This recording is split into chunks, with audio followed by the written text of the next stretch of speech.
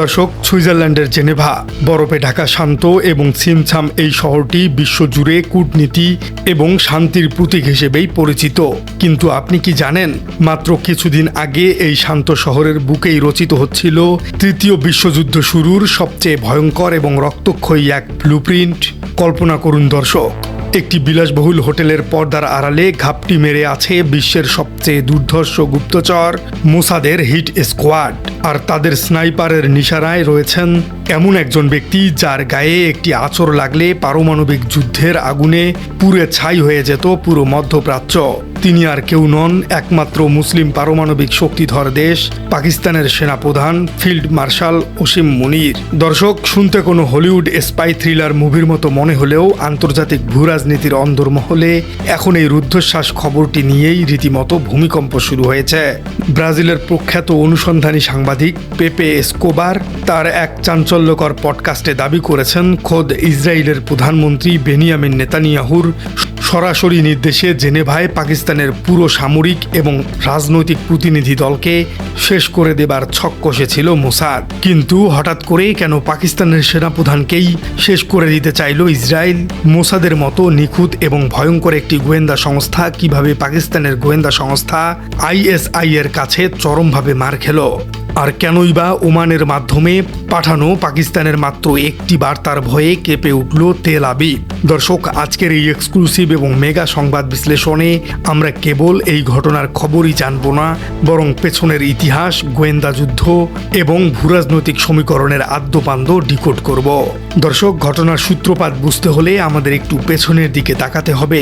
বিশ্বজুড়ে এই মুহূর্তে সবচেয়ে বড় উত্তেজনার কেন্দ্রবিন্দু হল যুক্তরাষ্ট্র এবং ইরানের মধ্যকার ছায়াযুদ্ধ। এই দুই দেশের মধ্যে যদি সরাসরি যুদ্ধ বেঁধে যায়, তবে গোটা বিশ্ব অর্থনীতি ধ্বংসের মুখে পড়বে। ঠিক এই চরম সংকটকালীন মুহূর্তেই বিশ্ব যখন একটু শান্তির আশায় তাকিয়ে আছে, তখন মধ্যস্থতাকারী বা পিসমেকার হিসেবে আবর্তিত হয় পাকিস্তান। পাকিস্তানের মধ্যস্থতায় যুক্তরাষ্ট্র এবং ইরানের মধ্যে একটি গোপন এবং সফল শান্তি আলোচনা শুরু হয়, যা আন্তর্জাতিক অঙ্গনে ইসলামাবাদ সমঝোতা স্মারক হিসেবে পরিচিত পেতে যাচ্ছে। আর ঠিক এখানেই ইসরায়েলের সবচেয়ে বড় মাথা ব্যথা। ইসরায়েলের ভূরাজনৈতিক অস্তিত্বের একটি বড় অংশই নির্ভর করছে যুক্তরাষ্ট্র এবং ইরানের মধ্যকার বৈরিতার উপর। মধ্যপ্রাচ্যে ইরানকে জুজুর ভয় দেখিয়েই ইসরায়েল আমেরিকার কাছ থেকে বিলিয়ন বিলিয়ন ডলারের সাময়িক সহায়তা এবং রাজনৈতিক সমর্থন আদায় করে থাকে। যদি যুক্তরাষ্ট্র এবং ইরানের মধ্যে কোনো ধরনের শান্তি চুক্তি বা সমঝোতা হয়ে যায়, তবে মধ্যপ্রাচ্যে ইসরায়েলের একচেটিয়া আধিপত্য এবং আমেরিকার কাছে তাদের গুরুত্ব চরমভাবে কমে যাবে। তেল আবিব কোনোভাবেই তাদের পাশ কাটিয়ে এমন একটি শান্তি চুক্তি মেনে নিতে রাজি নয়। আর এই চুক্তির মূল কারিগর যেহেতু পাকিস্তান, তাই নেতানিয়াহুর ক্ষোভের সরাসরি নিশানা হয়ে ওঠেন পাকিস্তানের সেনাপ্রধান এবং তার প্রতিনিধি দল। শান্তি আলোচনাটি চিরতরে নস্যাৎ করে দেয়াই ছিল মোসাদের এই গোপন মিশনের মূল উদ্দেশ্য। দর্শক, এবার আসুন মোসাদের কার্যপ্রণালীর দিকে নজর দেওয়া যাক। মোসাদ পৃথিবীর অন্যতম ভয়ঙ্কর, রক্তপিপাসু এবং নিখুঁত একটি গোয়েন্দা সংস্থা। মিউনিখ অলিম্পিক হত্যাকাণ্ডের পর অপারেশন র্যাথ অন গড থেকে শুরু করে ইরানের শীর্ষ পারমাণবিক বিজ্ঞানী মহসেনকে রিমোট কন্ট্রোল মেশিন গান দিয়ে শেষ করে দেয়া, মোসাদ বারবার প্রমাণ করেছে তারা পৃথিবীর যে কোনো প্রান্তে ঢুকে তাদের লক্ষ্যবস্তুকে চিরতরে শেষ করে দিতে ওস্তাদ। দর্শক, জেনেভাকে এই গুপ্ত হত্যার জন্য বেছে নেয়ার পেছনে মোসাদের একটি সুনির্দিষ্ট মানবতার চাল ছিল। জেনেভা হলো শান্তির শহর। এখানে যে কোনো দেশের রাষ্ট্রপ্রধান বা সামরিক প্রতিনিধিরা একটি ফলস সেন্স অফ সিকিউরিটি বা মিথ্যা নিরাপত্তার অনুভূতির মধ্যে থাকেন। তাছাড়া এটি ইউরোপের কেন্দ্রস্থলে হওয়ায় মিশন শেষে অ্যাসাসিনেশন বা গুপ্ত ঘাতকদের পালিয়ে যাবার অনেকগুলো নিরাপদ রুট রয়েছে। মোসাদ ভেবেছিল জেনেভায় হামলা করলে কেউ ঘুণাক্ষরেও ইসরায়েলকে সন্দেহ করবে না, বরং এই হত্যায় দায় তারা সহজেই অন্য কোনো চরমপন্থী গোষ্ঠী বা ইরানের ঘাড়ে চাপিয়ে দিয়ে ফায়দা লুটতে পারবে। কিন্তু মোসাদ এবার হয়তো একটি মারাত্মক ভুল হিসেব করে ফেলেছিল। তারা ভুলে গিয়েছিল যে তারা যার সাথে খেলতে নেমেছে সেটি কোনো সাধারণ দেশের গোয়েন্দা সংস্থা নয়, সেটি হলো পাকিস্তানের ইন্টার সার্ভিসেস ইন্টেলিজেন্স বা আইএসআই, যাকে বিশ্বের প্রথম সারির গোয়েন্দা সংস্থাগুলোর একটি হিসেবে বিবেচনা করা হয়। এসকোবারের তথ্য মতে মোসাদের এই অত্যন্ত গোপন এবং ব্ল্যাক অপস মিশনের খবর মুহূর্তের মধ্যেই আইএসআই এর কানে পৌঁছে যায়। আইএসআই এর শক্তিশালী হিউম্যান ইন্টেলিজেন্স এবং সিগন্যাল ইন্টেলিজেন্স নেটওয়ার্ক জেনে জেনেভায় মোসাদের সেই মৃত্যু ফাঁদটি শনাক্ত করে ফেলে। পরিস্থিতি ছিল অত্যন্ত নাজুক। একটি পারমাণবিক শক্তিধর দেশের সেনাপ্রধানকে শেষ করে দেবার অর্থ হলো সরাসরি একটি পূর্ণাঙ্গ যুদ্ধ ঘোষণা করা। যে কোনো মুহূর্তে জেনেভায় সেই বিলাসবহুল ডেরায় শুরু হতে পারত একটি রক্তক্ষয়ী বাগযুদ্ধ। ষড়যন্ত্রের কথা জানার পর পাকিস্তান যে পাল্টা চালটি চেলেছে তা আন্তর্জাতিক কূটনীতিতে এবং সামরিক ইতিহাসের একটি বিরল ঘটনা। পাকিস্তান শুধু তাদের সেনাপ্রধানকে দ্রুত নিরাপদ স্থানে সরিয়েই দেয়নি, তারা ইসরায়েলকে এমন এক কড়া এবং চূড়ান্ত বার্তা পাঠিয়েছে যা শুনে তেল আবিবের নীতি নির্ধারকদের মেরুদণ্ড বেয়ে শীতল স্রোত বয়ে গেছে। কূটনৈতিক চ্যানেল হিসেবে ওমানকে ব্যবহার করে ইসরায়েলের কাছে এই চরম বার্তাটি পৌঁছানো হয়। বার্তায় কোনো কূটনৈতিক রাগঢাক বা নরম সুর ছিল না। অত্যন্ত স্পষ্টভাবে বলা হয়েছিল, যদি পাকিস্তানের সেনাপ্রধান বা কোনো প্রতিনিধি দলের গায়ে একটি আঁচড়ও লাগে তবে পাকিস্তান তার পারমাণবিক শক্তি ব্যবহার করে ইসরায়েলকে পৃথিবীর মানচিত্র থেকেই চিরতরে মুছে দেবে।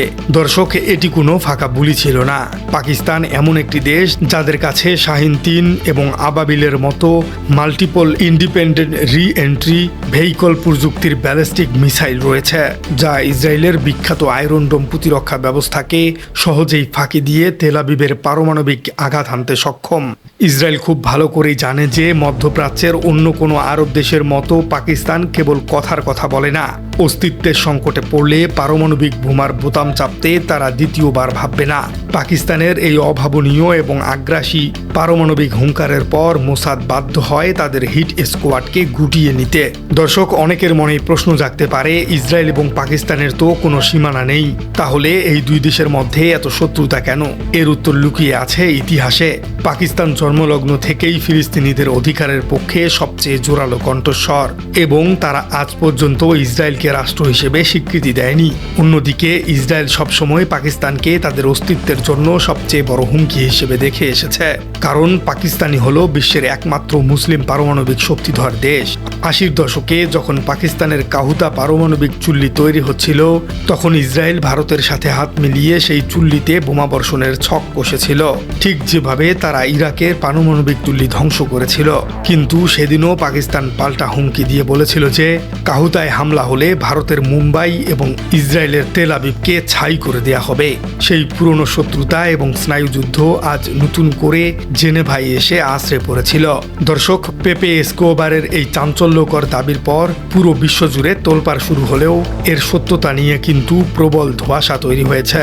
অত্যন্ত আশ্চর্যজনক বিষয় হলো, এই ঘটনার পর পাকিস্তানের সরকারি মহল, ISI বা সেনাবাহিনী এখন পর্যন্ত কোনো আনুষ্ঠানিক বিবৃতি বা প্রতিক্রিয়া জানায়নি।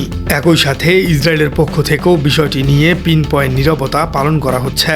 আন্তর্জাতিক ভূরাজনীতিতে এই ধরনের নীরবতাকে অনেক সময় মৌন সম্মতি হিসেবেই ধরে নেওয়া হয়। দর্শক, জেনেভায় মোসাদের এই মিশন এবং পাকিস্তানের পাল্টা হুমকির গল্পটি শতভাগ সত্যি নাকি নিছকই কোনো গোয়েন্দা প্রোপাগান্ডা, তার কোনো দালিলিক প্রমাণ হয়তো কখনোই জনসম্মুখে আসবে না, কারণ গোয়েন্দা দুনিয়ার যুদ্ধগুলো সবসময় ছায়ার আড়ালেই লড়া হয় এবং এর সত্য মিথ্যা চিরকাল ওই অন্ধকারেই চাপা পড়ে থাকে। তবে এই ঘটনাটি একটি অত্যন্ত ভয়ঙ্কর এবং রূঢ় সত্যকে আমাদের সামনে তুলে ধরেছে। বিশ্ব এখন এমন এক বারুদের স্তূপের উপর বসে আছে যেখানে একটিমাত্র ভুল গুলি, একটিমাত্র ভুল সিদ্ধান্ত বা একটিমাত্র গুপ্ত হত্যা পুরো মানব সভ্যতাকে তৃতীয় বিশ্বযুদ্ধের দিকে ঠেলে দিতে পারে। ইসরায়েল এবং পাকিস্তানের এই নীরব মনস্তাত্ত্বিক লড়াই আগামী দিনে বিশ্ব রাজনীতিতে আরও কি চমক নিয়ে আসে, এখন সেটাই দেখার বিষয়। প্রিয় দর্শক, আপনি কি মনে করছেন? পুরো মুসলিম বিশ্বের মধ্যে পাকিস্তানেরই শুধু পারমাণবিক অস্ত্র রয়েছে, আর ইসরায়েল কি এজন্যই তাদেরকে শেষ করে দিতে চাইছে? যদি সত্যি পাকিস্তান এবং ইসরায়েলের মধ্যে যুদ্ধ লেগে যায়, তাহলে বিষয়টিকে আপনি কিভাবে দেখছেন? কমেন্টে জানিয়ে দিন আপনার সুচিন্তিত মতামত। আর আমাদের চ্যানেলে নতুন হয়ে থাকলে চ্যানেলটি সাবস্ক্রাইব করার অনুরোধ থাকলো। দেখা হচ্ছে পরবর্তী কোনো ভিডিওতে।